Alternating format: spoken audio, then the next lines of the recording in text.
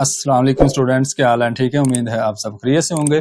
अच्छा स्टूडेंट्स, आज हम एक्सरसाइज 1.3 स्टार्ट करेंगे और चैप्टर नंबर 1 हम सॉल्व कर रहे हैं। तो लास्ट मतलब कि हमने 1.1 और 1.2 एक्सरसाइज के सारे क्वेश्चन सॉल्व करके मैंने वीडियोस अपलोड कर दी हैं। तो लिहाजा आज हम इंशाल्लाह शुरू करेंगे एक्सरसाइज 1.3। तो इसकी मैं कोशिश करूंगा कि फर्स्ट 5 क्वेश्चन को सॉल्व करूंगा और जो लास्ट 4 क्वेश्चन है वो नेक्स्ट वीडियो के अंदर मैं सॉल्व करूंगा। बच्चे सबसे पहले देखो क्वेश्चन नंबर जो 5 मतलब 1.3 एक्सरसाइज का क्वेश्चन नंबर 1 है, उसमें क्या लिखा हुआ है? उसमें लिखा हुआ है the sum of 3 consecutive integers is 42। बच्चों सबसे पहले आप देखो, आपको ना इंटीजर्स की बात की गई है, नंबर्स की बात की गई है, ठीक है।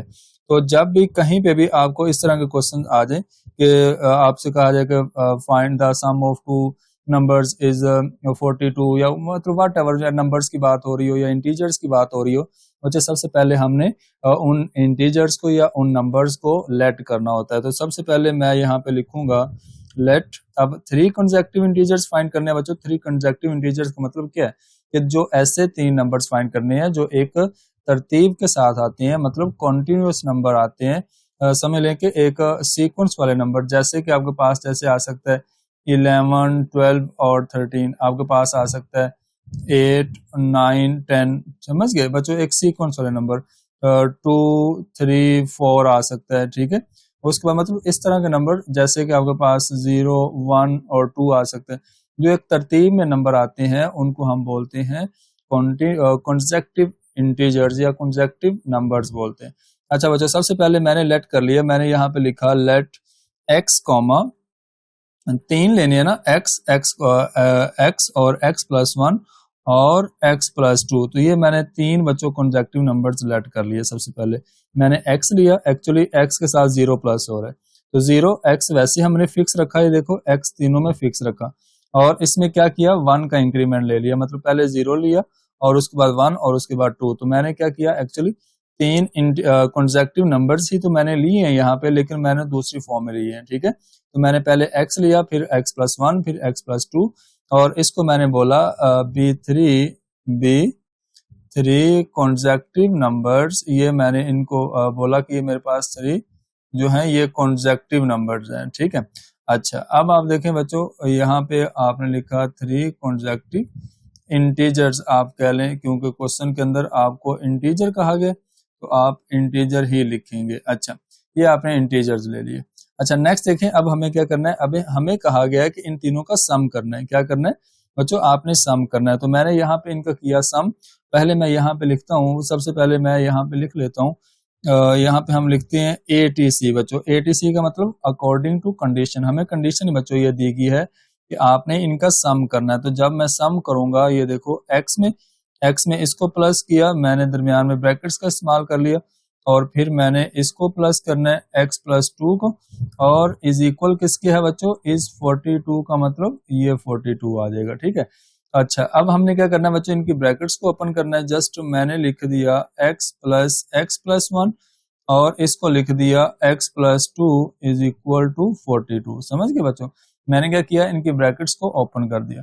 अब मेरे पास जो ब्रैकेट्स हैं वो क्या मतलब जब ओपन हुई तो x आपके पास 3 दफा प्लस हो रहा है, 1 दफा, 2 दफा और 3 दफा, 3 टाइम आपके पास x क्या हो रहा है, ऐड हो रहा है। तो आपने इसको x की पावर 3 नहीं लिखना, वो मल्टीप्लाई नहीं हो रहा, बल्कि आप लिखोगे 3x लिखोगे बच्चों। जितने टाइम वैल्यू प्लस हो रही होती है तो हम उतने टाइम उसको लिख लेते होते हैं। अच्छा, अब ये 1 और +2, तो ये भी आपके पास क्या आ जाएगा, टोटल 3 आ जाएगा, ठीक है। 1 + 2 क्या आ जाएगा, ये भी आपके पास 3 आ जाएगा, क्योंकि हमने क्या किया, हमने अलाइक टर्म्स को ऐड कर लिया, ठीक है। उसके बाद हमने जो कांस्टेंट टर्म्स है उनको हमने ऐड कर लिया।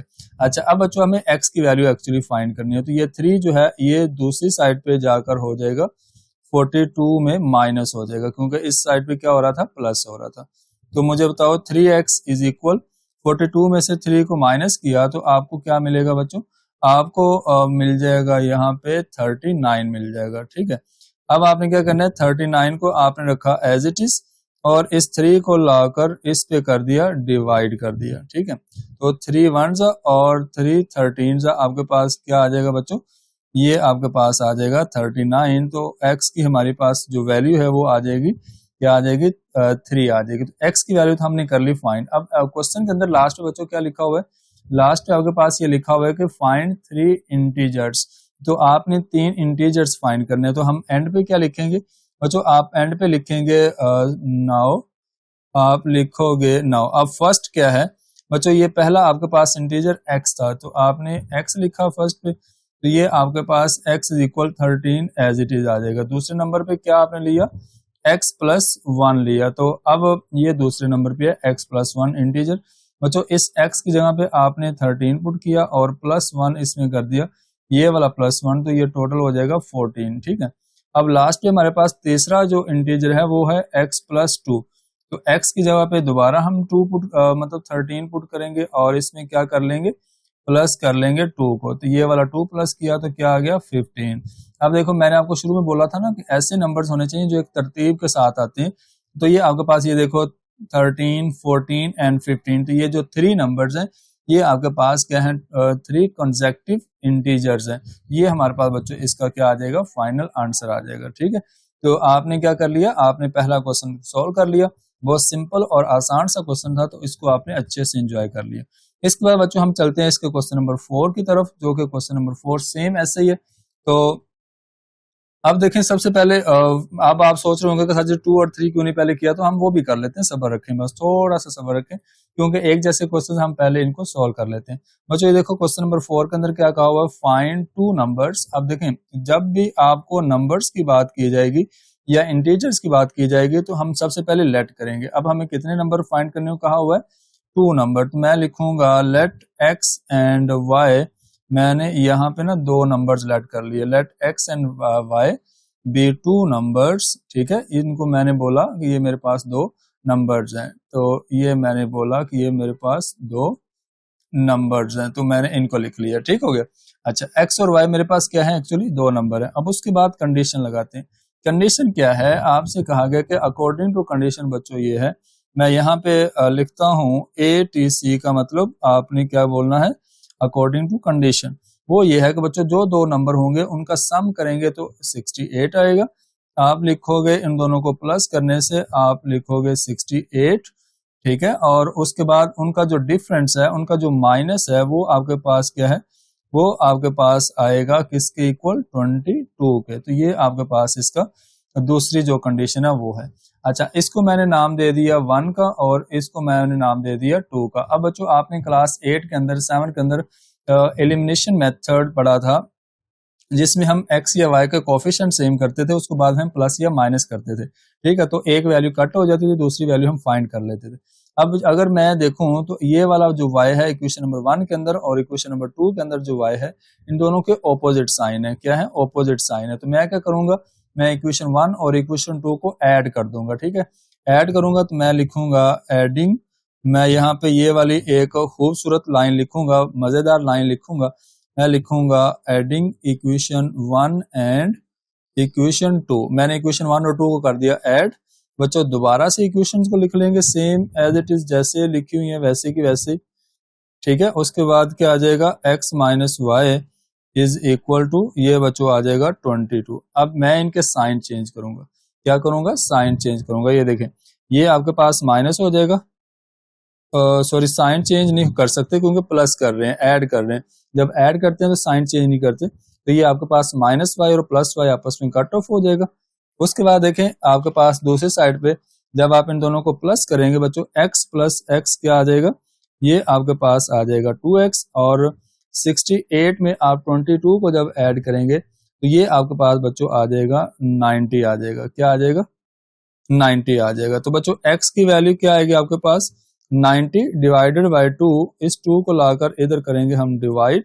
अच्छा 2 1 जा और 2 45 जा, तो हमारे पास जो बच्चों x है उसकी वैल्यू आ जाएगी, क्या आ जाएगी 45। अब जो भी हमारे पास x की वैल्यू आई है उसको हमने इक्वेशन नंबर 1 या इक्वेशन नंबर 2 में पुट करना है, ताकि हम दूसरी y की वैल्यू फाइंड कर सके, क्योंकि हमें क्वेश्चन में फाइंड 2 नंबर्स कहा गया।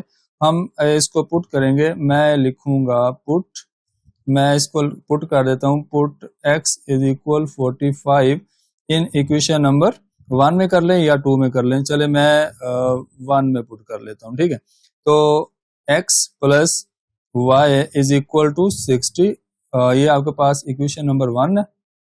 अब x की जगह पे आपने बच्चों 45 रखा प्लस y वैसे ही रखा, ठीक है, और इज इक्वल टू 68। अब y इधर रह जाएगा और ये 45 जो है ये दूसरी साइड पे जब जाएगा तो ये हो जाएगा माइनस, ठीक है। जब आपने इसको माइनस किया तो आपको बच्चों मिल जाएगा यहाँ पे 23, तो ये आपके पास दूसरा नंबर आ जाएगा जो कि y है। तो ये हमारे पास इसका फाइनल आंसर आ जाएगा। ठीक हो गया बच्चों, ये हमारे क्वेश्चन नंबर 1 और क्वेश्चन नंबर 4 कंप्लीट हो गए।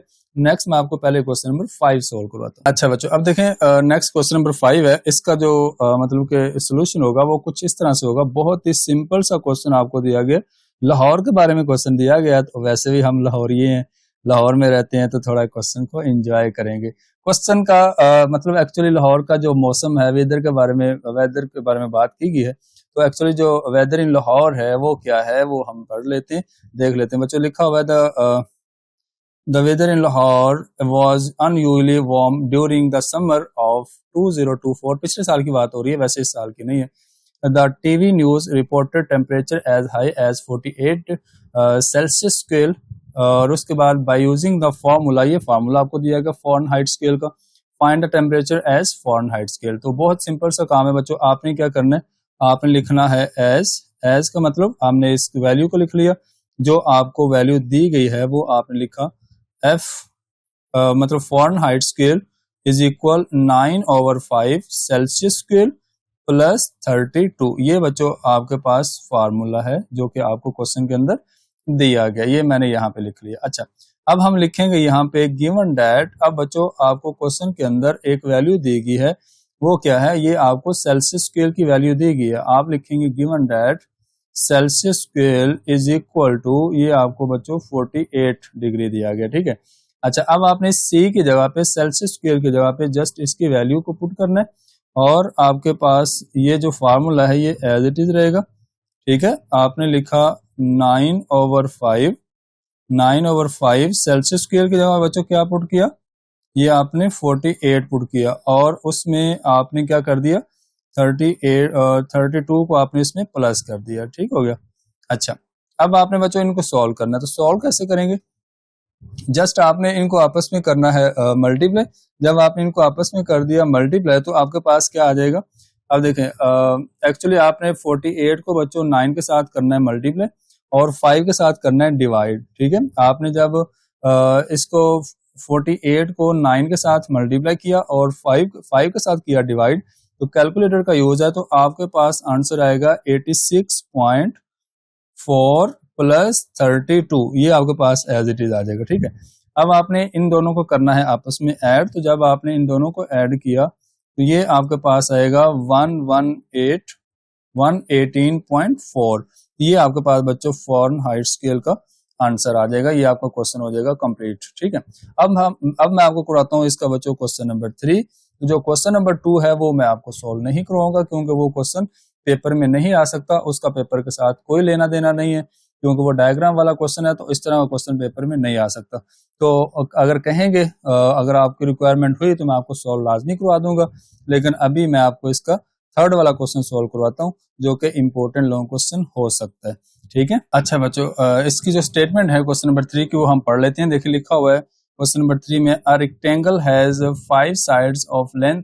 बच्चों आपके पास हैज साइड्स ऑफ लेंथ, बच्चों एक जो रेक्टेंगल है उसकी जो लेंथ देगी है वो आपके पास 2 + √18 मीटर देगी है। उसके बाद उसकी एक साइड है जिसको हम विड्थ का नाम दे सकते हैं या ब्रेड्थ का नाम दे सकते हैं।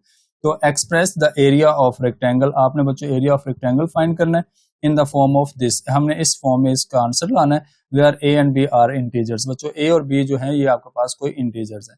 तो जस्ट हमें एक लेंथ दी गई है और एक हमें वेड्थ दी गई है, या हम इसको ब्रेड्थ कह सकते हैं। अच्छा बच्चों, सबसे पहले मैंने क्वेश्चन रेडी किया, उसमें लिखा लेंथ ऑफ रेक्टेंगल, ये आ गई। उसके बाद विड्थ ऑफ रेक्टेंगल आपने मैंने इसको इस तरह लिख लिया, और उसके बाद वी नो डैट जो हमारे पास जो एरिया ऑफ रेक्टेंगल का फार्मूला होता है वो लेंथ मल्टीप्लाई विड्थ होता है, या लेंथ मल्टीप्लाई ब्रेड्थ होता है, ठीक हो गया बच्चों। अच्छा, यहाँ पे ना आपने एक चीज सीखनी है। सबसे पहले अगर आपने क्वेश्चन को बहुत बहुत आसान करना है ना, आपने एक चीज देखनी है बच्चों, ये जो लेंथ है इसको मैंने यहाँ पे ही सिंप्लीफाई कर लेना है। सिंप्लीफाई करूंगा तो आपका आगे फायदा हो जाएगा। बच्चों 2 वैसे रखो और स्क्वायर रूट ऑफ 18 है, मैं इसको लिखूंगा 9 मल्टीप्लाई 2 लिखूंगा, समझ गए। मैंने बच्चों एक स्क्वायर नंबर लिया और एक मैंने नॉन स्क्वायर नंबर लिया, तो मैं इसको थोड़ा थोड़ा सही से और जबरदस्त करके लिख देता हूँ। ये लो, मैंने इसको लिखा बच्चों स्क्वायर रूट ऑफ जो 18 था, मैंने उसको क्या लिख दिया, 9 मल्टीप्लाई 2 लिख दिया, ठीक है। अच्छा, अब इसको ब्रैकेट के अंदर रखना चाहते हो तो ब्रैकेट में रख लो, नहीं रखना चाहते तो कोई इशू नहीं है। अच्छा, अब आप क्या करोगे बच्चों, अब आपने ना इस 9 का जो स्क्वायर रूट है वो आपके पास हो जाएगा 3 और 7 स्क्वायर रूट ऑफ 2 का आपके पास एज इट इज आ जाएगा। तो मैं इसको लिख लूंगा यहाँ पे कुछ इस तरह से 2 प्लस और 9 का स्क्वायर रूट मेरे पास आएगा 3 और 2 का जो स्क्वायर रूट है वो मैं एज इट इज रख लूंगा, ठीक है। वो मैंने क्या रख लिया, एज इट इज। तो ये मेरे पास क्या आ जाएगा, यहाँ पे मीटर आ जाएगा, साथ उसका यूनिट आ जाएगा। ये मैंने इसको इस तरह से लिख लिया, समझ गए। सबसे पहला काम, अगर आपके पास अच्छे वाला कैलकुलेटर है तो आप डायरेक्ट स्क्वायर रूट ऑफ 18 लिखोगे तो आपको डायरेक्ट आंसर इसका मिल जाएगा 3 स्क्वायर रूट ऑफ 2 मिल जाएगा, ठीक है। तो एक्चुअली 9 का स्क्वायर रूट आपने सेपरेट कर दिया और 2 का स्क्वायर रूट सेपरेट कर दिया, तो 9 का स्क्वायर रूट आपके पास 3 होता है, तो इसकी जगह पे 3 लिख दो, साथ आप स्क्वायर रूट ऑफ 2 वैसे ही लिख देंगे। अच्छा, उसके बाद इसको भी हम बच्चों सॉल्व कर लेते हैं। इसको सॉल्व करेंगे, इसमें भी मैं एक कॉन्सेप्ट यूज करूंगा, ये देखें बहुत ही आसान है। ऊपर मेरे पास लिखा हुआ है 4, बच्चों 4 को मैंने ब्रेक कर लिया, 4 को मैंने ब्रेक किया 2 मल्टीप्लाई 2 में, ठीक है। ये मैंने इसको ब्रेक कर लिया इसमें। अब देखें, अब मेरे पास ये आ गया। अच्छा, अब यहां से मेरे पास देखो ऊपर लिखा हुआ 2 दफा 2 लिखा हुआ है, मैंने समझना है कि मेरे पास लिखा हुआ है 2 ओवर स्क्वायर रूट ऑफ 2। अब आपने इसमें ना यहाँ पे एक फार्मूला देखना है। अब फार्मूला कौन सा, ये देखें, जब कभी बच्चों आपके पास लिखा हो a ओवर a का स्क्वायर रूट, इसका जो आंसर है ना वो इक्वल होता है स्क्वायर रूट ऑफ a के। समझ ले कि a और ओवर a ऊपर नीचे जब सेम वैल्यू होगी तो आपने क्या करना है, आपने उस वैल्यू के ऊपर स्क्वायर रूट, जिसके ऊपर स्क्वायर रूट नहीं है आपने उसके ऊपर स्क्वायर रूट ले लेना है और डिनोमिनेटर में जहां पे स्क्वायर रूट लगा हुआ उसकी जगह पे आपने 1 ले लेना है, ठीक है। तो डिनोमिनेटर में 1 हो तो लिखते नहीं होते, आप इसको स्किप कर देंगे, तो जिसके ऊपर स्क्वायर रूट नहीं लगा हुआ तो आप उसके ऊपर स्क्वायर रूट ले लेंगे, समझ गए। अच्छा, सिंपल, अगर मेरे पास लिखा हुआ है 3 ओवर स्क्वायर रूट ऑफ 3 तो इसका आंसर क्या आएगा, स्क्वायर रूट ऑफ 3।